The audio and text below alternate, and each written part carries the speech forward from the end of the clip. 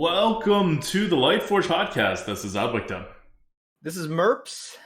We are sort of, not really a week. It feels like a while. I don't know why. But we have experience with Scholomance Academy. We've both gotten some runs in. I think we have a decent idea of what we're dealing with here, and we just want to talk about it. Let's break it down. Let's talk about our experiences. Yeah, so it's been 4 days since the launch of the game. Actually, 3 days and a couple hours, but basically 4 days. And this has so far I've enjoyed it. I've enjoyed Scholomance Academy's new cards. They're very flavorful. They're very impactful. The offering bonus seems like it's doing its job without going crazy.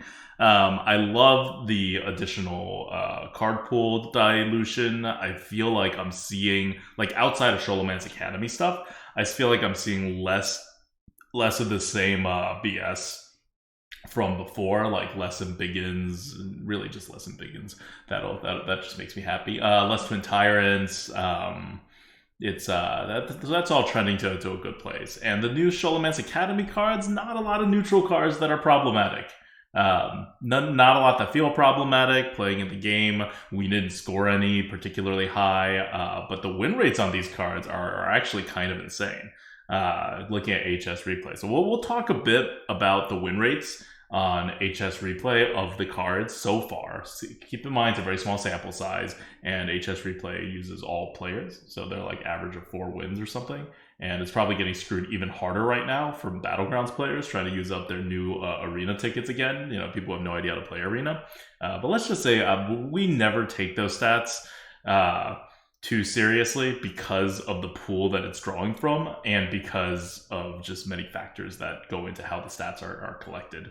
And right now, especially, you should be wary of reading too much into those stats.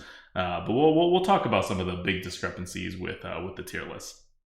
I think this is a point that gets brought up during every single expansion launch, and we always want to emphasize that you want to view HS replay stats as a helpful tool, but that's the limit. It is a helpful tool. It is definitely not conclusive of a lot of things that people want to conclude. Like, for example, at this point, a lot of people know that deck win rate doesn't really mean much, but some people still lean very heavily on played win rate. You mean played win rate doesn't mean much. Played win rate's even worse than deck win rate. Mm-hmm. No, I agree.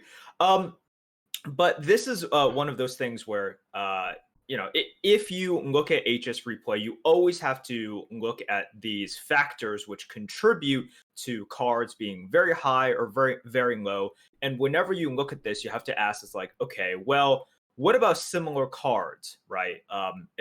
That sort of go along with this. And is this card good for better players or worse players? Why could this possibly be lower or higher than I think it is? These are important questions you always want to ask yourself, and it's cool to check out the HS replay stats, but always look at it with a critical eye. Yep. We're also going to talk about the Scholomance Academy meta. Actually, we're going to start off there, and then we'll end up talking about some just card stuff and normal arena stuff. So let's start off with the Scholomance Academy meta. I've been enjoying it. What about you? Yeah, I think it's good. A lot of it just comes from cool new cards, and we've talked about it before, but regardless of power level or anything, well, first of all, the neutral cards in terms of power levels, as we talked about in the review, they're all fine. If Smug Senior is your most powerful neutral, or one of them, because there's like 5 or 6 cards that are basically the same. 5 or 6. That's fine. There's 14 cards that are basically the same. Right. There's 14 cards within fine. Like a 20-point band. Right? Sure. In the better than Yeti category, but not like super much better than Yeti.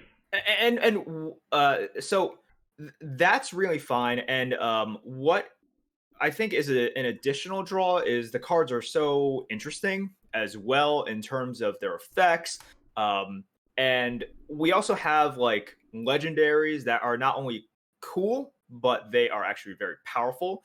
And people like that, right? People enjoy seeing not just the new legendaries, but historically, the legendaries were really, really niche and really bad for Arena. They were just good for constructed, and um, you can build around them, but they had no applicability in Arena, and they were just a huge disappointment. You'd much rather just have like a Yeti over like 80% of the legendaries. But in Scholomance Academy, the legendaries are all really good, which adds to the flavor, which adds to the enjoyment. So I think overall, a lot of people are having fun with it. Yeah. At least, that's my reaction, and me just kind of looking at a lot of other streamers and a lot of other good players play it.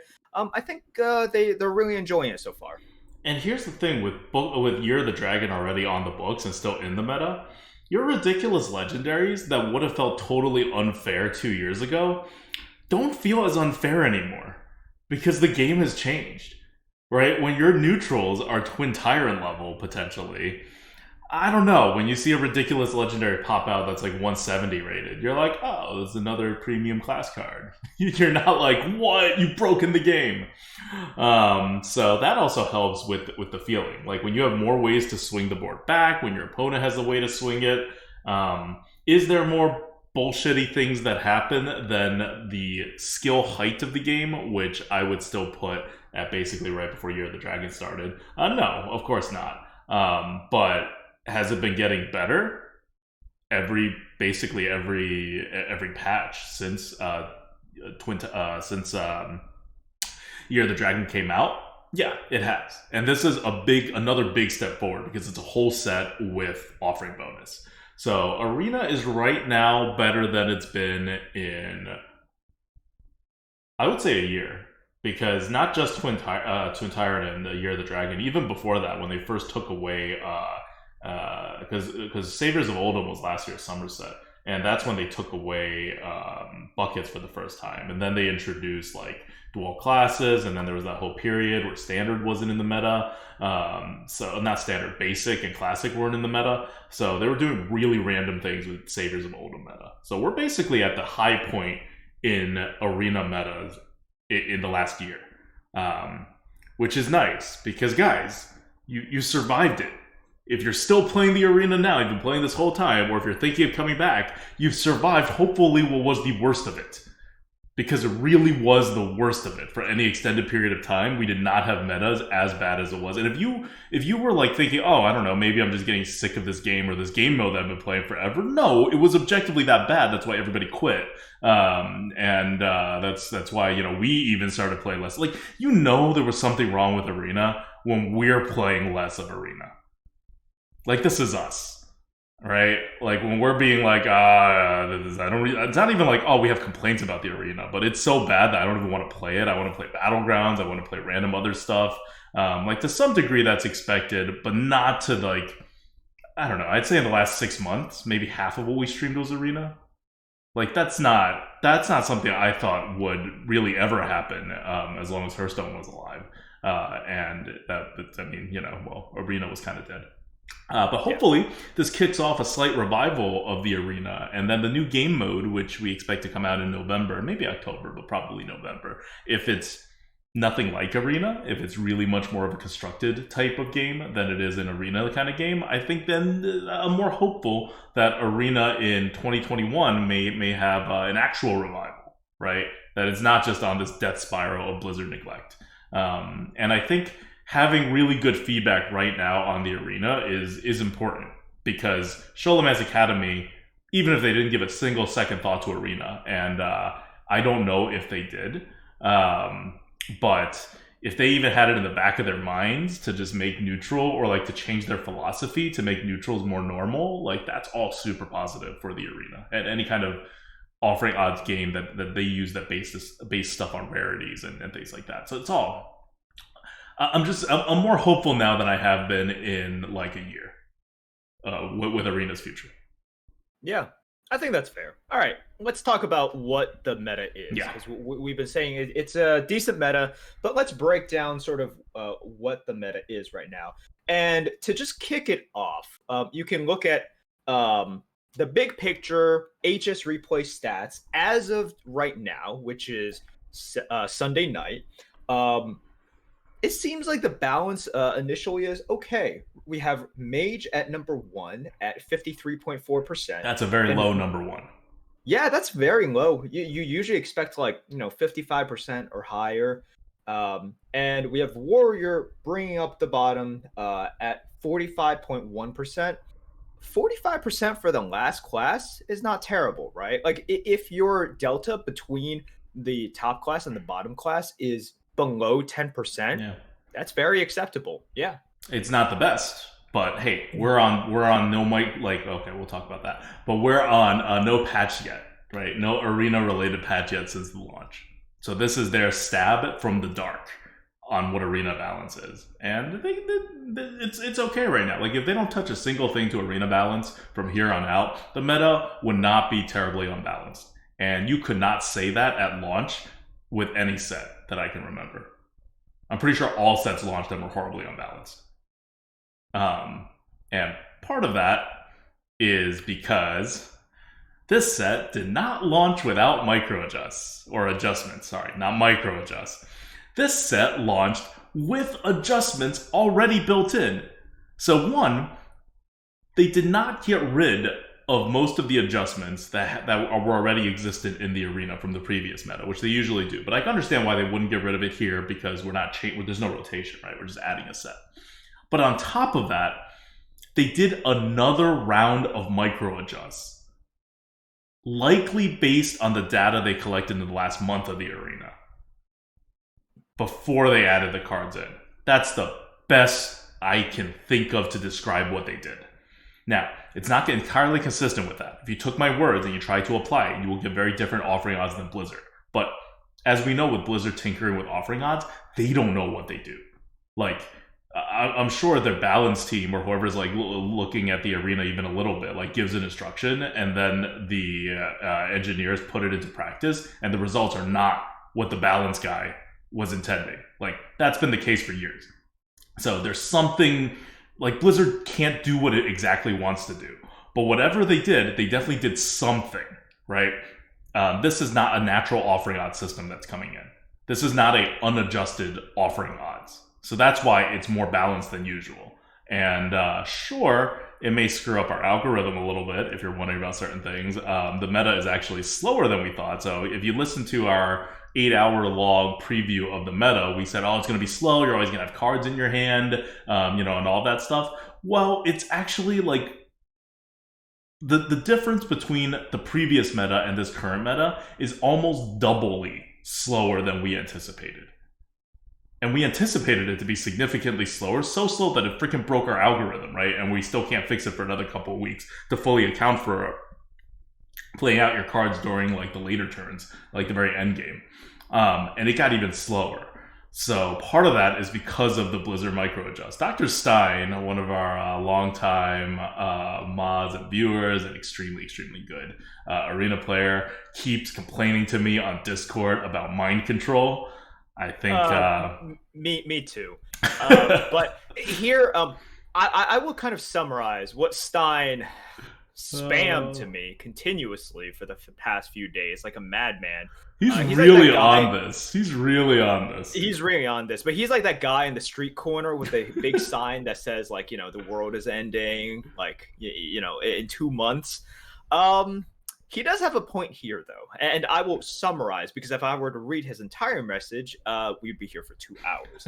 However, essentially what Stein is saying that, yes, we are carrying over very antiquated, I'm not going to say micro adjust, these are macro adjusts, right? So, number one, we have no set bonus, and that's not a huge deal. But what it means is, okay, they don't want to increase the offering odds of this and make it sort of like the Scholomance Academy meta, right? And that's fine. But what happens is you have all these antiquated changes on top of changes on top of changes, and it creates a very unintuitive system such that for people who don't look at HS replay, they are missing out on a lot of information. And even the people that do look at it, the only thing you're not you can looking walk at every away single is, card. what the heck? Yeah. So a decent example is if you look at premium cards for some classes, for example, Swipe is in over 60% of decks. Holy Nova is in about 60%, a little bit lower. Shadow or Death is in about 55%. That's fine, right? That's expected. These are premium class cards. Sap for Rogue is 6%. Now, if you're telling me, well, Merps, you know, and you said before that they just consistently adjust rogues down, it's not clean what they do. So here's the thing. Sap is in 6% of all rogue decks, and we know that Sap is premium. What Blizzard has done, though, is said, okay, you're not a Sap class, but you're a Fan of Knives class. And we all know Fan of Knives is really, really good. Fan of Knives is in 44% of decks. It's one of the highest occurrence. Sorry, it is the third highest occurring card in Rogue. Now, is Sap a little bit better than Fan of Knives? Yeah, but if you look at our tier list, you know, Fan of Knives is still premium. So this is just Blizzard saying, okay, rogues have these two really good spells. One is never going to be offered to you, even though, you know, Sap, it's not like a epic from an expansion or anything. You know, it's it's like one of the a core... classic. Is it it's basic or is it classic? I think it's classic, right? It's classic common. Yeah, whatever. I mean, it's just a core card for Rogue, right? So Sap is in 6%. Fan of Knives is in 44%. So number one. Oh crap! It is basic, says our Twitch chat. Yeah. So it's class identity, right? For Rogue. You would never ever know this ever. And for people that are playing, like for example, Stein brought up the example of like Shady coming back to the arena. By the way, welcome back, Shady. And you know, he's thinking, okay, well, he sees Swipe all the time. So when I'm facing a rogue, I sometimes have to at least take Sap into consideration, when literally you should never ever take Sap into consideration. Sap is like an epic card. Yeah, it's just the wrong play. If you are considering Sap, that's negative EV because it's so rare, even though that makes no sense because you're seeing all of these other basic spells from other classes being played so much, like right? Mind control, Swipe, etc. Yeah, like the difference between what Fan of Knives and Sap is doing is basically like almost like 10 times. It's like 8 times or something for what essentially should be the same card. So this is not. This is like 800% adjustments net. So like we talk about adjustments, like some cards go up, some cards go down, but no, Blizzard just kind of has a weird offering odds system where they decide what offering odds they give each card, and that's that. And it's completely opaque. You don't really know anything, so don't assume. So there is that, and Mind Control especially is going to be in every priest deck, just so you know, if they haven't. They have Mind Control. If you've been drafting priests, you know you're always all for Mind Control. You could go on HS Replay and check out some of the stats, but that's actually running a lot of the meta right now. So we are definitely in adjusted meta. This is not a clean meta. This is not a normal meta. This is like after super macro adjusted. Yeah. And another thing that Stein pointed out in his very long rant, but I think is important, is the fact that, okay, we talked about class cards. There's something weird and very archaic going on with neutral cards as well. And we'll take Twin Tyrant as an example. We all know Twin Tyrant is good. We're tired of seeing it. So here's the thing. Not only are neutral cards, they have different offering bonuses within classes. Like different neutral cards have different bonuses / penalties within a class as well.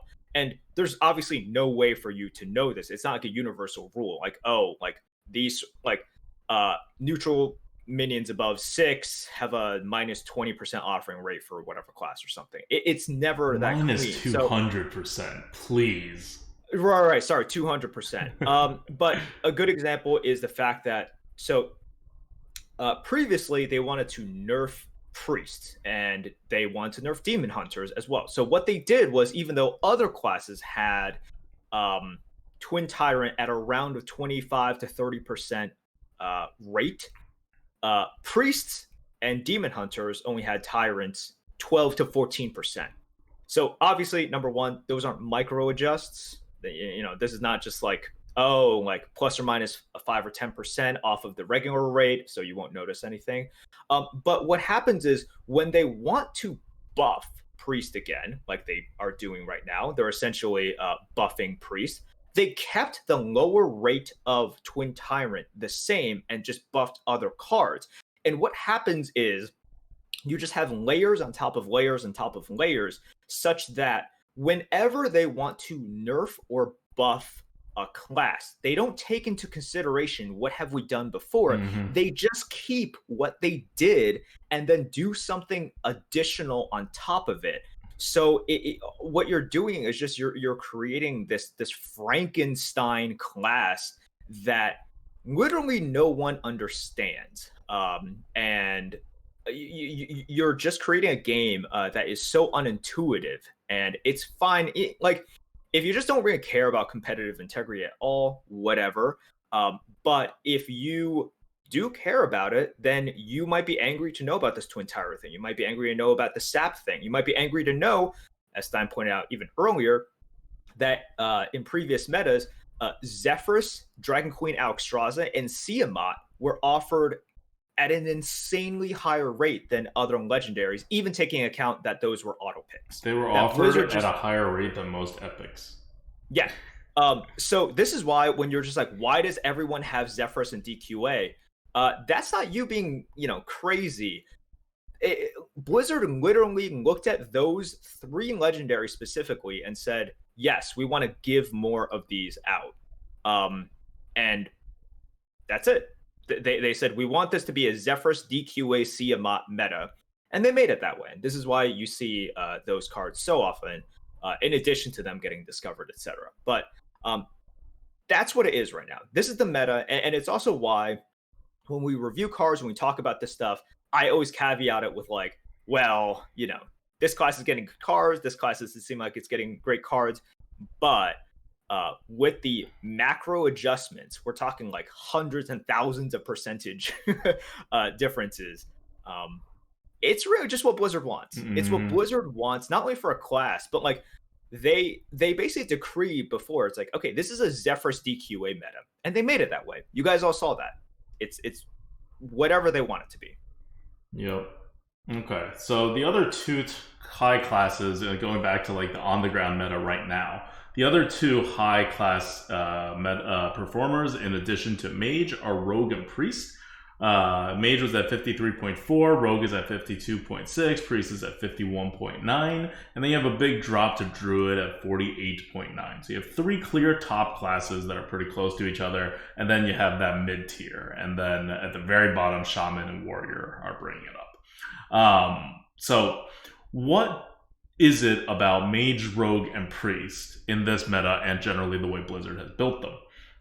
You see here Merps talk about no sap. Yes, Fan of Knives. What's Fan of Knives? A control card. What's sap? An aggro card. So you have Mage, Rogue, and Priest are 3 fairly control classes in this meta. And then your 4th is Druid, which is also a control class these days. So yeah, we knew going in that most of the classes are going to be more control and big oriented than fast oriented. In fact, the only 2 classes that are capable of going fast are Paladin and Demon Hunters, and they're and Warlocks to some extent. And they're all doing fine in the middle. The Paladins are at 48.9%, Warlocks at 47.8%, Demon Hunters at 47.1%. Like they're fine. But what's really dominating the meta are the control classes, and this is partly well, like you heard Merps and Dr. Stein, like the whole thing about the offering odds, right? This is all Blizzard determined, and so Blizzard just put their thumb on the scale and made the meta even slower than the meta would have been. So that's why I keep saying, like, the meta is right now doubly as slow as the algorithm predicted. The algorithm knows how offering odds actually are supposed to work as described by Blizzard. Reality does not match that, right? Reality is even slower. So we're doing some things to adjust it in the back. It takes a while for those things to like make it through. But yeah, just so you know, meta is really slow. Now, one bigger issue to this slow meta is something that, looking back on it, I didn't even mention it. I thought I mentioned it, but I didn't mention it. with the 6-drop curve and the curve things in general, there are no 3-drops in Scholomance Academy, so it's harder now to get 3-drops than before. In Scholomance Academy, there's a normal amount of 2-drops, 4-drops, 5-drops. There's extra amounts of 6-drops to kind of balance out the fact that there normally aren't all that many 6-drops, but there are no 3-drops. There's like one 3-drop that's a rare or an epic or something, and that's it. So, one, classes with really good 3-drops that get offered a lot are going to do really well, right? Like Mage's new 3-drop that's offered all the freaking time and is like the best card. I forget the name. What's the name of that thing? The 3/4? It's a Firebrand. Firebrand, yeah. We rated it like a 190 or something silly high. It's the 3/4 with the spell burst that deals 4 damage on the board. So you get an extra boost for that because you have much more consistency on your 3-drops. Whereas most other classes, they can't put together like enough 3-drops worth a damn. And also, if you look all throughout the meta, 3-drops are going to be performing much better than they normally do. Why? Because you don't get offered enough of them. And your curve has to start at least on 3. Like if you're starting your curve on 4, I don't care what kind of great control deck you are, you're not living, right? There's still like enough aggro decks and just other control decks that also curve out that'll just destroy you. So that's something to know also in regards to how the meta kind of shook out. What else? What was my other 2 points? One is, spell management. As I'm sure you all can see with your drafts, you're not getting a lot of spell bursts. You're getting 1, maybe 2 spell bursts per draft, as we predicted. And so it's really about managing your spells. You're also not getting that many spells. You're getting around, if you're a no weapons class, you're getting like around 8. This is all very consistent with how Arena normally operates. Nothing new is happening here. Right. The class that just kind of bucks the trend is Mage. And it's part of the reason why it's number 1. They get a lot of spells. And like you said, their top minion, their most prevalent minion. Their top card. And they're well, not exactly the top card, but okay, fire rating. What do we have? What do we have above that card? Yeah, Firebrand. Firebrand is the top card. It's called what it is. It's the top card. It's the top card in win rate. It's the top card in our tier list. So if you look at their most common cards, according to HS Replay for mages, Firebrand is the number 1 minion, and not that far behind it at 30% of all decks is Onyx Mage Scribe. And then within their top 10 cards, they just have a ton of premium spells. So, they have the spell burst synergy, which is something that a lot of classes have to either be pretty lucky to get, or you have to really go down in value to reach for those. And Mage just kind of gets it naturally. Yeah, and that's really good for them. But spell management is definitely a thing, and I think my emphasis is that it's not as much of a thing as you think, and it's not unless you're Mage. Then it is. And what is the last thing? What was my last point? I'm trying to remember what we covered. So we covered 6-drops, we covered spell management, we covered endless cards. Oh yeah, battling it out on the board. That grind on the board where everything stalls, you feel it, you see it. That's kind of why the game is slowing down. Smug seniors are every frickin' where. And once you see one smug senior, you're seeing 2 smug seniors, right?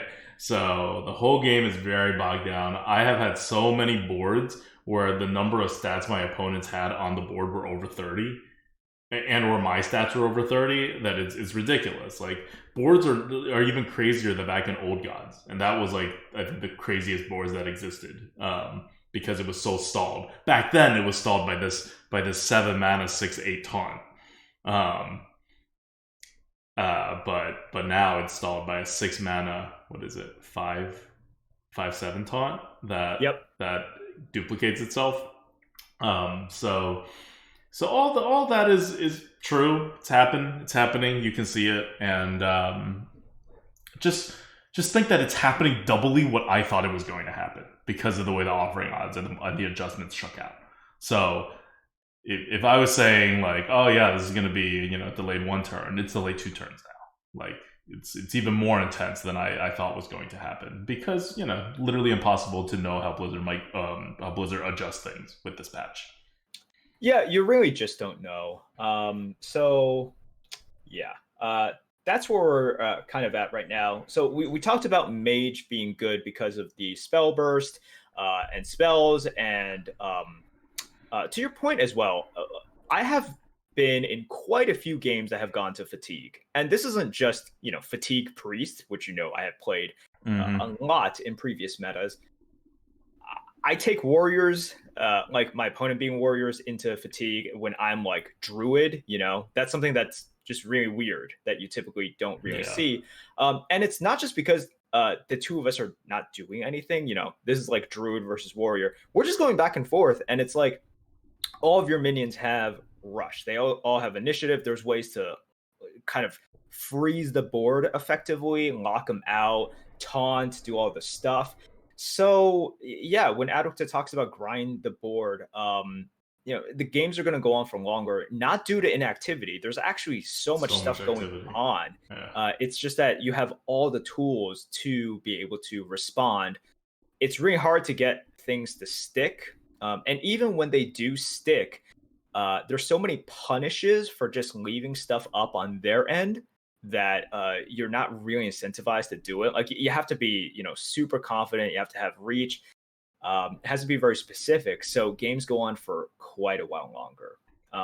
But we can talk a little bit about the other top classes as well, and kind of like, oh, why are rogues good, right? And we know rogues have the dagger, but rogues also just have this good kind of like good like big and small combo. Like they have some really good small cards. So they have like Pharaoh Cat, Spy Mistress, and unfortunately Evil Miscreant as some of their most common cards, and we know how good these can be to sort of start the process and snowball. And their most common card is Curse Vagrant, which unless you have a polymorph or hex effect, that thing's killing you. There's not much you can do about that. So they just generate a lot of cards. They still have that tempo, but they play this game really well, where they're able to put out some small stuff, but still able to finish you off with big stuff. And their curve just works really really well. No. All right. So No. if you look at Priest, You know what priests do. you know what priests do. So this is kind of unprecedented in a way. We have mind control. Okay, look, priests are third right now. Their most common card is mind control.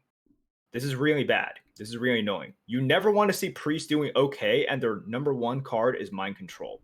That's bad. It's in over 60% of decks. That's stupid. But priests will mind control you if you're facing a priest and they're going into turn 10, unless they have literally been top decking, which they won't because they're priest. They have a mind control in their hand. Play around it. If you don't, you will always get punished. Always get punished. But their top cards are mind control. They have Nova, Shadow Word Death, Thought Steal. They just have all of these ways to be really annoying, take you off the board. And the things that have really, like the sneaky card, which has really allowed priests to play this way, is their sixth most popular card, which is Apotheosis. Mm-hmm. Because a lot of times in previous metas, what priests could do was like, yeah, they could kind of like clear you, but they didn't really have buffs that mattered. They had big buffs sometimes, but you didn't really care about that because they never had something like a Spike Ridge Steed, which actually stopped you.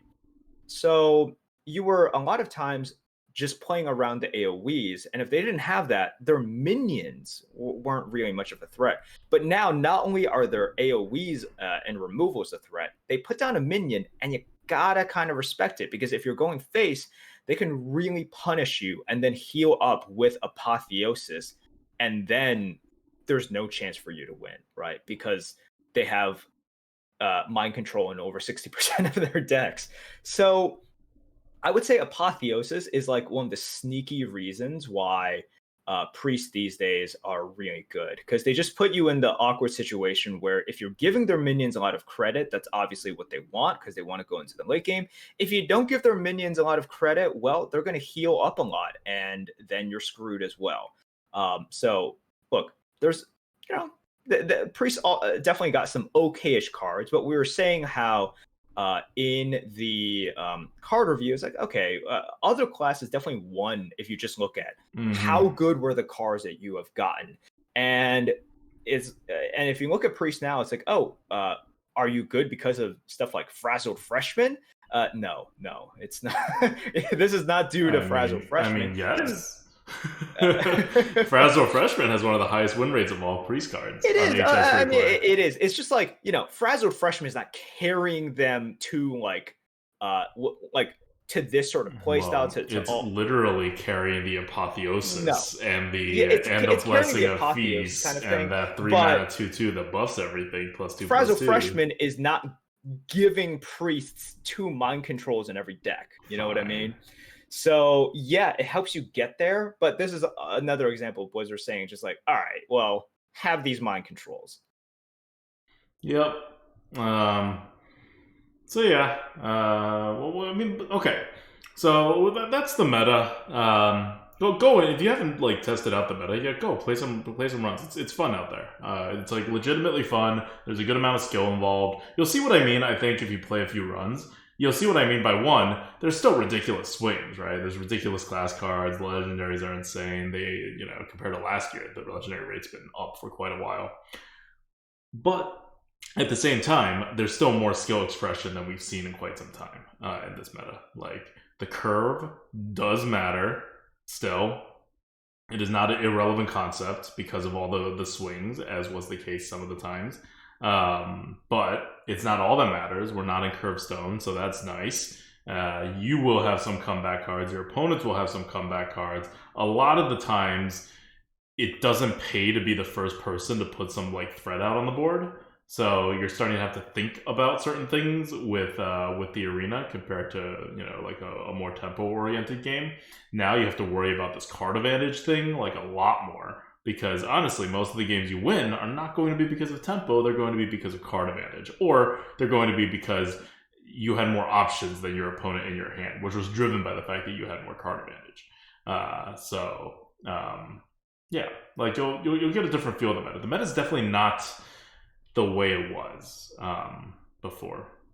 Okay, let's talk about tier list stuff.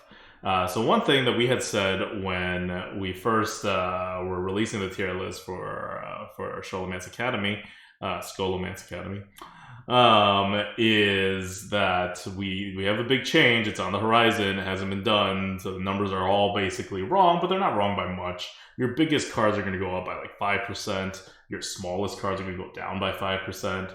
The stuff that will really matter are things like small cards that gain a disproportionate amount of tempo later on. So the thing I always bring up is Iron Bark. It's a 2-mana card, but at a certain point it costs 0. And that card is overrated. Not by a huge sum, but by maybe 20 points, right? Not the 5 points we're talking about here. So that's all coming. But in addition to that, we caught a bug.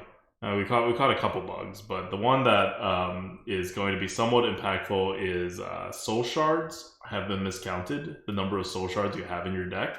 And because that's a network synergy, all those values are expected to go up. And they've been miscounted because actually all dual class cards have been miscounted. All dual class cards have been counted as if they were a single class card. But of course, they're in 2 classes and they're being offered more because of that. So we're gonna fix that pretty quickly, and I mean it's already fixed. Actually, it's just we're gonna put it up with the next live update. It's gonna make not a particularly big difference anywhere else, but it will matter for the Soul Shard class cards.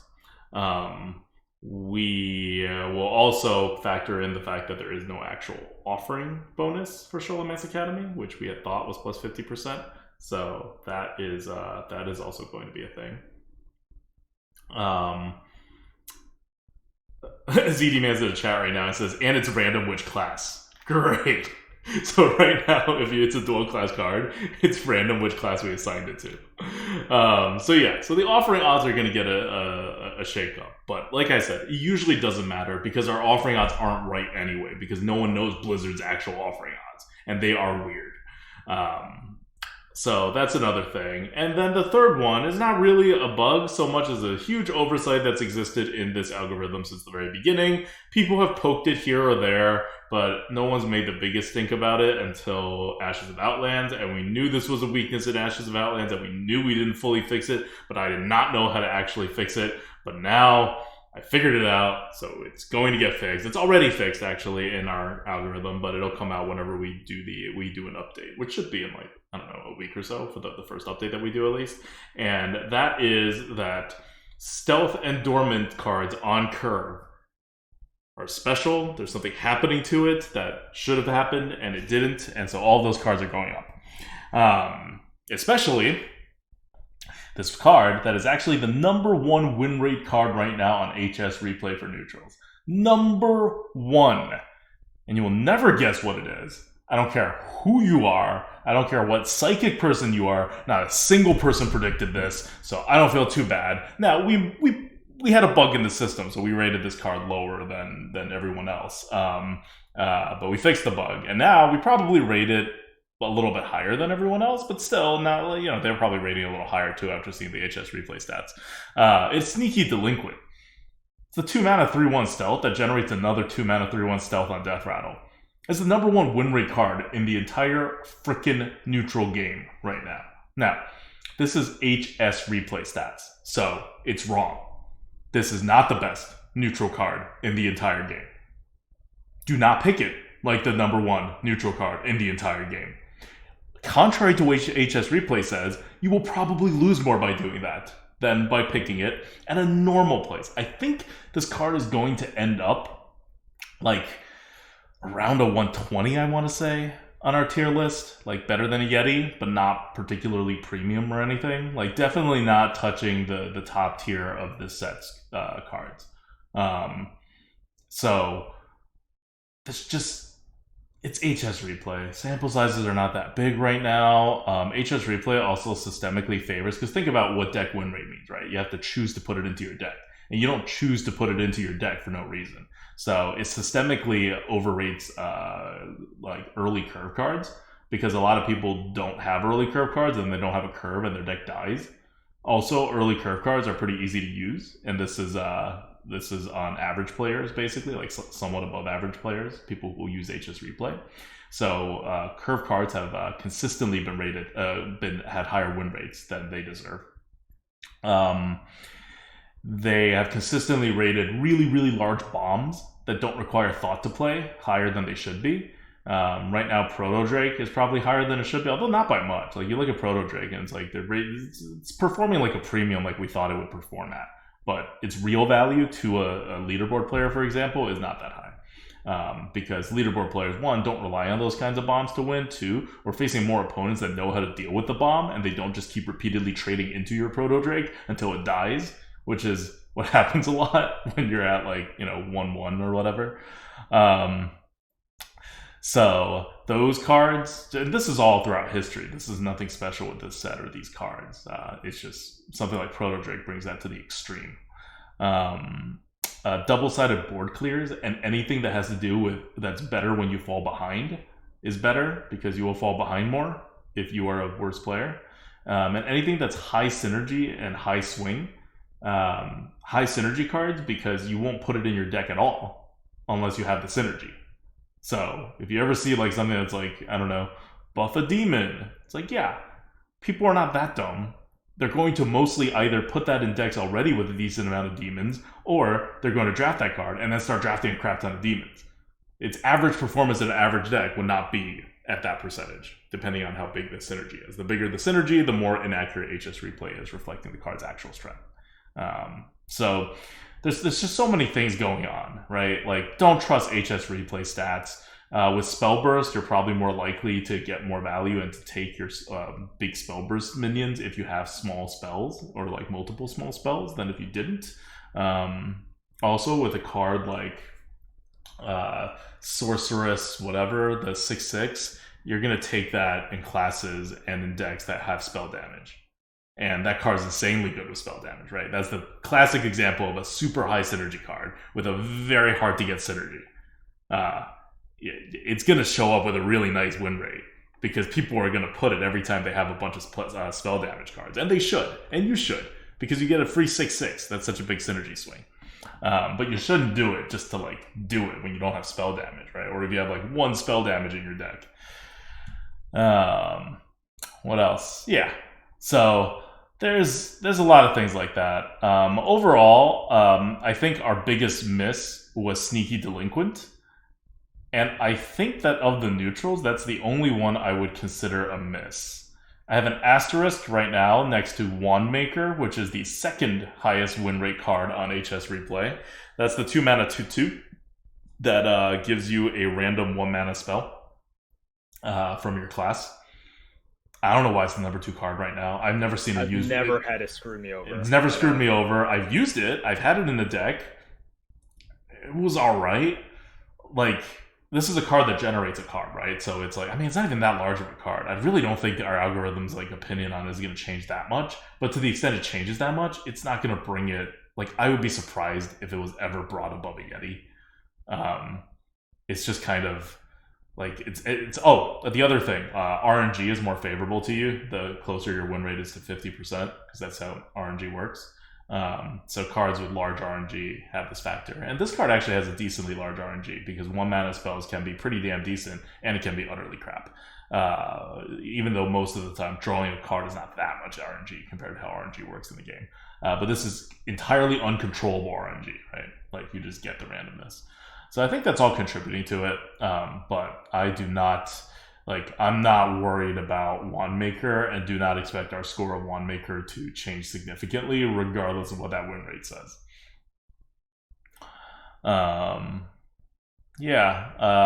Finally, the last neutral card I want to talk about is what I think is a big win for us, because we have so many people disagreeing with us on it, and that is the top legendary of the set, Polkelt.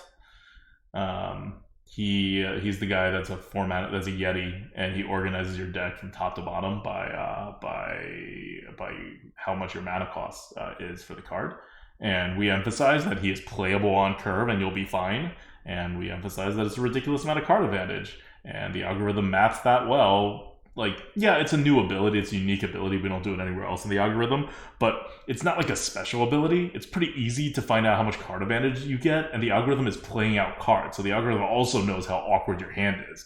So we're pretty confident in this kind of setup, and it is the number 1 win rate card in neutral. It's even higher than Sneaky Delinquent and Wandmaker.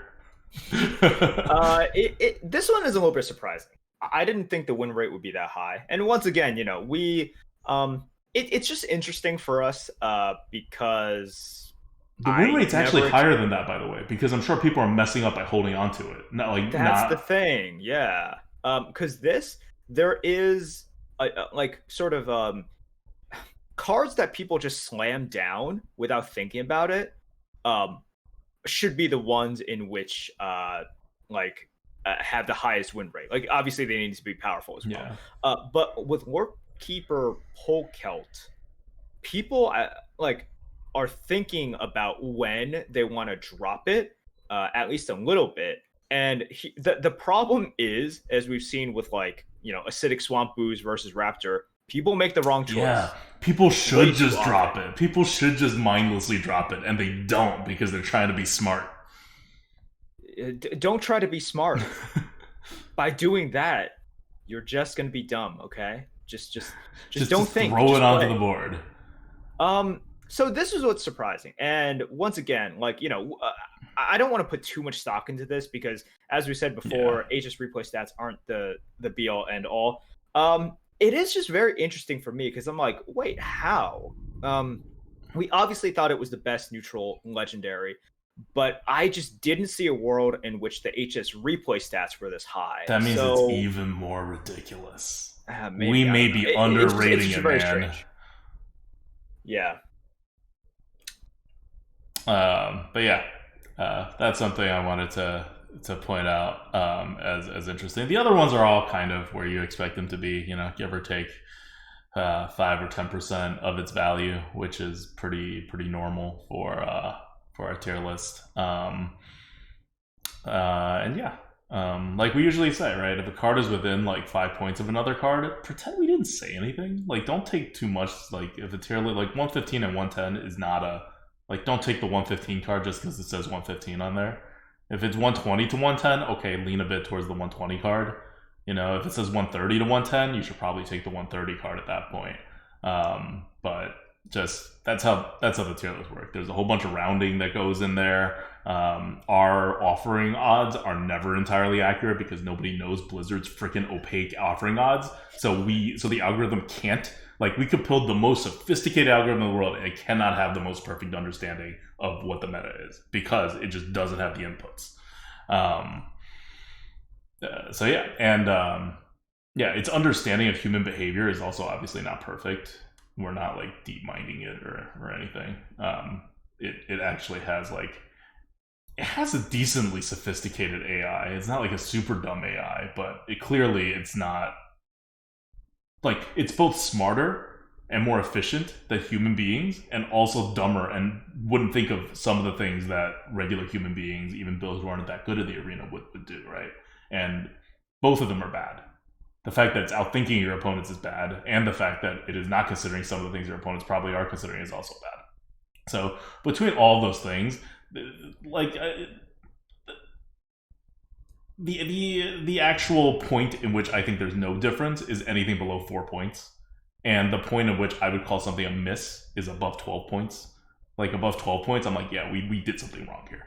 Like, if we think the value should be like 125 and the value is actually like a 110, I would look very seriously into that and try to figure out what the hell the algorithm isn't doing right, or if I'm somehow wrong in like my experience. But again, we do that comparison to our experience, not to HS replay win rates, because HS replay win rates has a way higher error rate than 12% of its value. Like, that's how their stats work. It's not their fault.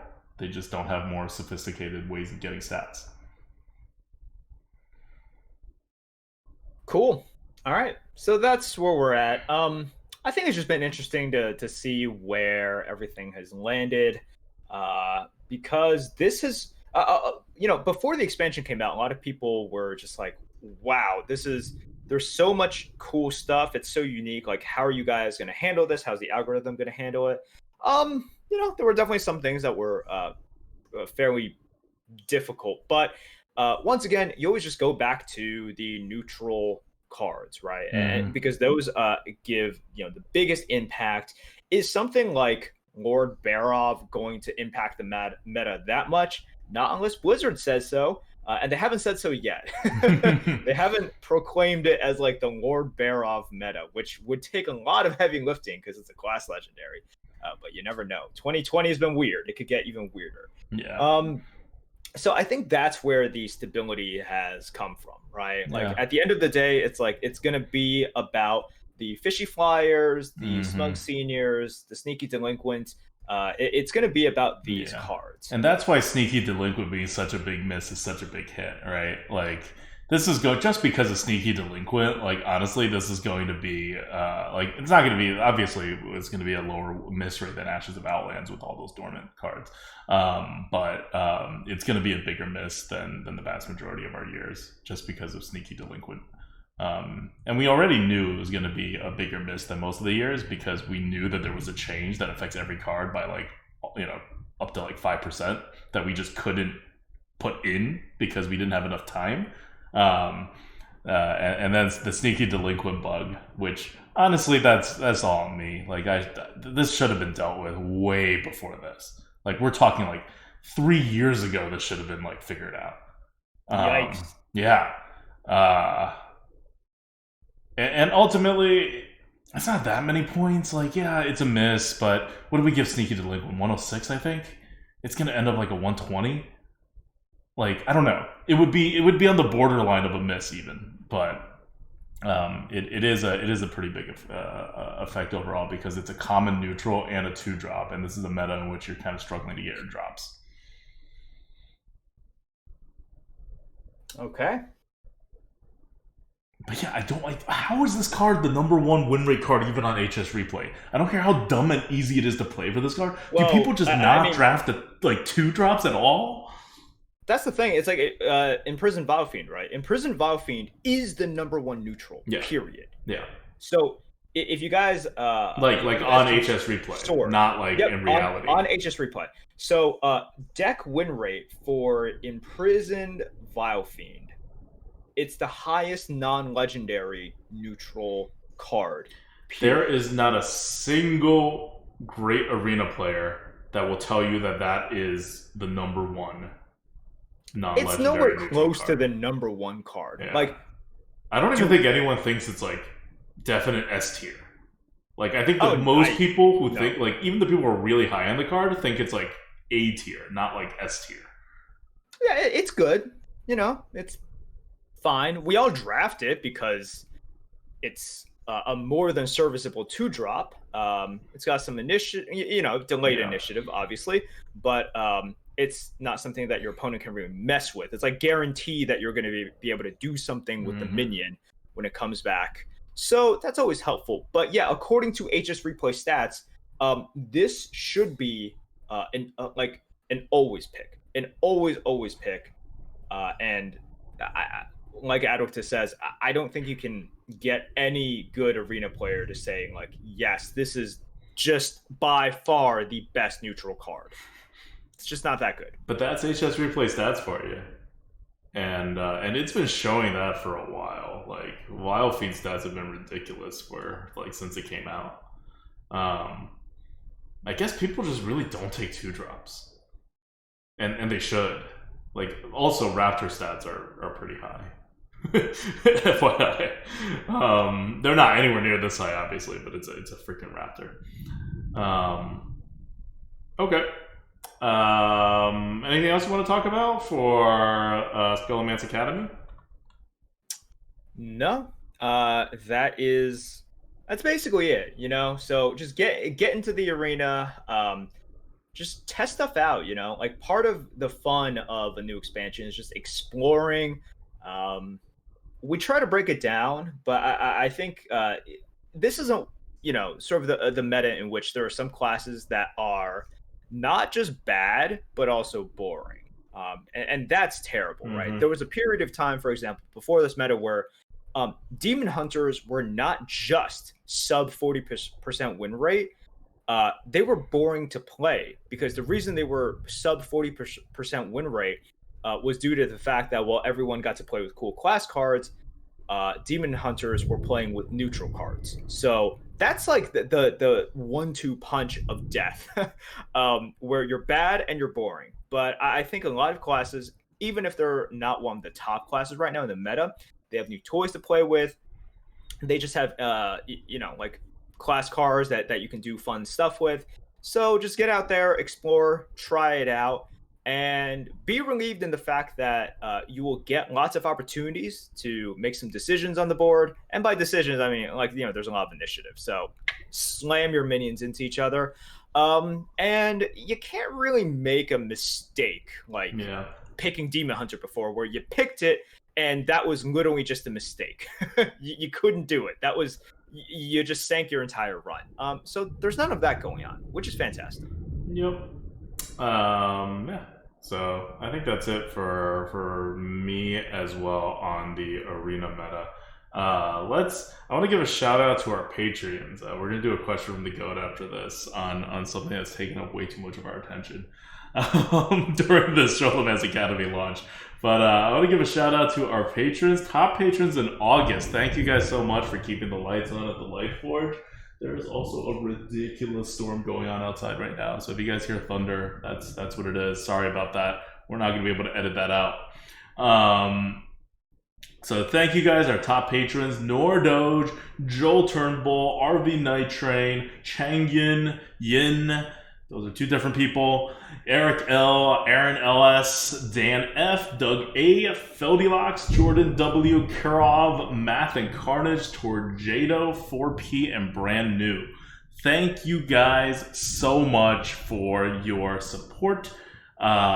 We really appreciate it. And now, question from the GOAT.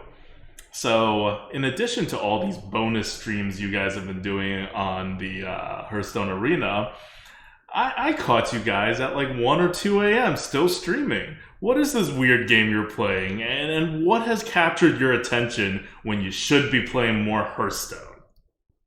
Oh my gosh. So, you can tell them about how I pestered you into playing Fall Guys. Okay, so one day Merps was like, "Hey, everyone at Twitch is playing this game." I'm like, "Okay, but this expansion is launching, and I don't have time to play games. I need to do this expansion thing, and then I'm probably gonna play this expansion. So let's just put this on hold for a while." And it's a game called Fall Guys, and I saw a trailer, and I was like, "All right, it looks interesting and all, but I'm gonna probably pass on this just because of timing. If it's still a big hit 2 weeks from now, I'll get into it." Then Brand New puts on Toast, Skara, and offline TVs like House, and just them playing Fall Guys, like just for entertainment in the background as I'm doing algorithm stuff, as I'm eating dinner, as I'm just like existing, after work and whatever. Just like hours and hours on end of this stuff. She gets like enthralled in like watching it. And after seeing it for like a couple days, I was like, you know what? I gotta jump in on this. It looks too stupid and fun. And so I got in on it, and I've been playing with Merps. We have equally gotten 2 victories on stream, 2 golden crowns on stream. Do you want to explain what Fall Guys actually is? I can't. It's so hard for me to explain what the game actually is. Fall Guys is a battle royale-esque game where you start off with up to 60 players, and through 5 stages of obstacle courses and puzzles, players are systematically eliminated, and at the end, one player is crowned champion, and you literally get a crown, which is currency that you can use to buy cute costumes. But the gameplay of Fall Guys is basically like Wipeout or Takeshi's Castle, in which you just have silly obstacle courses, silly puzzles. It's very low stakes, but very blood pressure raising. Yeah. Your controls are also terrible. Like, you're a blob, you're a jelly bean, sorry. And you move not particularly well, you jump not particularly high or controllable. You have one like dive move that's your only move. It's like, it's kind of a platformer, but because your controls are so limited, it's not actually hard to do any of the platforming parts. Yeah, and really the biggest obstacle are other players. Yes.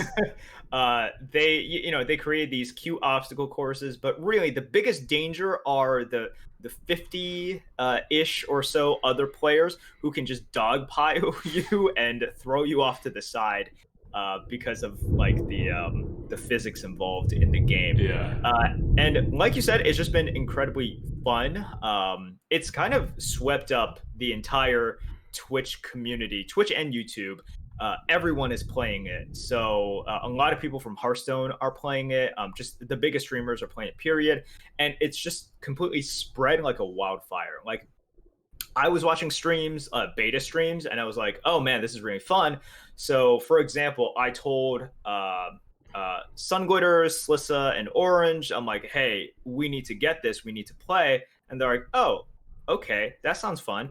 And then, of course, like, Orange goes and tells Muzzy and Hunter Ace and Tyler, and it's like, we got to play this. So then they start playing, and it spread like this. I'm sure, throughout all gaming communities. And at this point, if you've never heard of Fall Guys, you must be living under a rock, because it really just swept through the entire gaming community. Everyone was either playing it or watching it, and for good reason. It's just a ton of fun, like you said. And for a really difficult year in 2020, this is kind of exactly what we need. Just like dumb, low stakes games about jumping jelly beans and just trying to get number one. It's got that huge sort of like just one more game kind of feel. Yeah. And right? it's always only one person wins out of 60. It's last man standing, and only one person's going to win out of the 60 people. So you rarely win, no matter how good you are. And so you always want to roll one more. There's also there's progressive rewards in terms of like coins that you get, but for how far you progress. But the real thing that you want is the crown, right? The number one crown. When I talk about Battlegrounds and the MMR system and how it like basically rewards you for being second and not really for being first, this is not it. This is such a huge reward for being first, despite there being so much RNG. Not even a lot of skill too, but also a lot of RNG to get to first place. There's such a huge getting second is pretty much the same as getting 10th, whereas getting first is ridiculous. No, it's much worse than getting 10th because you feel worse. Yeah. And if you're wondering I suck at whatever game, insert whatever, right? You're listening to me. This is Adwicta. I've gotten 2 crowns so far out of, I don't know, I just hit level 20 earlier today. So I haven't been playing that much, but I have played some, and I've already finished first twice. So this is something definitely doable by people with questionable motor skills. I have never finished a race number 1 though, which I feel like should happen before I win the game twice, but it hasn't happened. That's honestly really surprising. You've won 2 crowns, but you've never finished first in a race. Yeah, and I always try. It's not like I don't try to finish first. It's not like I get there in the end and then I'm like, I'm gonna mess around because it doesn't matter. I've never had the opportunity. Well, wait, so this means you never won on Fall Mountain as well? No, I've only won 2 on Hex. Hex is the most skill-based game is the one that I've won on, and I won on it twice, and it was not because of skill. Just dumb luck both times. Yes, dumb luck. The thing we can always count on as Hearthstone players. Excellent. But yeah, if you guys have not played it yet, definitely check it out. It's free with the PS Plus subscription, so if you have a PS4, but it's also $20 on Steam. I say it's well worth it, and definitely grab a few friends to queue up together. Yeah. Because if I were to grade this game, it's a 10 out of 10 if you have friends to play with. If you're solo queuing, it's maybe an 8 out of 10. That sounds like a 6 out of 10. Yeah, it's but if you have a good group of people who you can pull from and play, you don't even need a big group of people. Even if you just queue up with one other person, it's a lot more fun than playing by yourself. Even though not much happens. If you queue up with another person, they always put you on the same team on team games, but otherwise there's nothing special that happens. It's just you want to be able to share what's happening, right? With someone, because it's built on ridiculousness. The whole game is premised on it. All right, it's definitely. It's why playing Hearthstone while streaming is so much more fun than playing Hearthstone by yourself. Although in Battlegrounds, I asterisk that with I get more distracted, and that frustrates me a little more. But that's because I am limited in my ability to read Twitch chat while playing Battlegrounds. That is very true. So yeah, we have carved out a decent amount of time, even during the Scholomance Academy release for Fall Guys, which I think speaks a lot to how fun it is and how everyone has gotten super duper swept up in it. And we've streamed it a few times as well. And they, credit to the developers. They create a game that is very streamable, and I think a lot of people have a lot of fun watching. I find myself just tuning in to not just the normal streamers that I watch, but some other streamers that I've never really watched, just because they're streaming Fall Guys. I'm like, yeah, no, this is nice to have on in the background, and it's just kind of fun to watch, sort of them doing well or completely getting screwed over by ball RNG. It's always a fun time. Yeah. All right. Well, that's question from the GOAT. I think that ends this podcast. No Battlegrounds updates. Nothing's really happened since the last time we talked about it. Actually, I don't know. The last time we talked about Battlegrounds, was there the Menagerie update yet? I don't even remember. We've been so focused on the arena. Yeah, we talked about We Malgadon talked about and everything. Malgadon? Okay. Yeah, we talked about Malgadon, and I was saying I like the fact that they are buffing Menagerie. You know, Well, so we not have Amalgadon, the two minion changes. That Yeah, came after Amalgadon. yeah. We talked about Amalgadon. We also talked about the cup and the jug. Okay, the cup and the jug. Okay, so we talked about that. Well, there's no more really like Battlegrounds updates because everyone's focused on the expansion. I don't know. Maybe we'll talk more about Battlegrounds on the next Lightforge. Maybe we won't if nothing's happening in Battlegrounds. We'll see.